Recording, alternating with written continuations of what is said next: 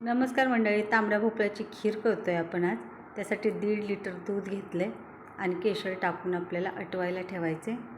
लगेच 2-3 मिनिटांनी मी याच्यात बदाम, काजू आणि पिस्ता वाटून मिक्सरवर पावडर करून तेही टाकून घेतले. त्याच्यानंतर 2-3 मिनिट चांगलं तापवून घ्यायचे आपल्याला.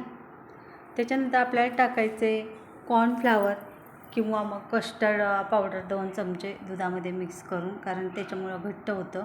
तर तेही मी मिक्स करून टाकून घेतले. आता टाकायचा आहे आपल्याला भोपळा. हा शिजवून घेतला आहे आणि किसून पण घेतला आहे. तर अर्धा किलो आहे आणि तोही आपल्याला मिक्स करून घ्यायचा आहे. पाहिजे तसं घट्ट करायचं आहे आपल्याला, हे आटवत राहायचं आहे. तर मी आटवून घेते. आता इथं हवी तशी साखर घातलेली आहे मी गोडीप्रमाणे. आणि त्याच्यानंतर गॅस बंद करायच्या वेळेस वेलची पावडर किंवा मग रोज इसेन्स घातला तरी चालेल. मी रोज इसेन्स घातला आहे 5